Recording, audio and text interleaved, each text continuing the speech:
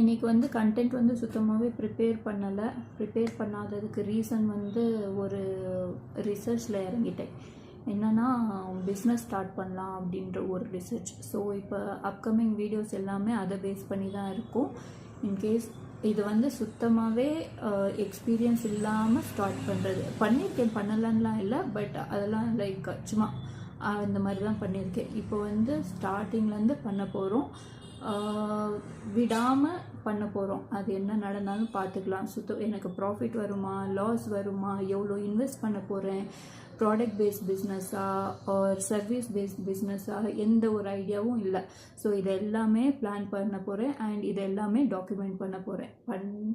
அதை எல்லாமே போஸ்ட்டும் பண்ண போகிறேன். நம்ம ஃபுல்லாகவே like business journey from zero to till the end அப்படின்றது தான் நம்ம இப்போ அப்கமிங் வீடியோஸில் ஃபுல்லாகவே பார்ப்போம்.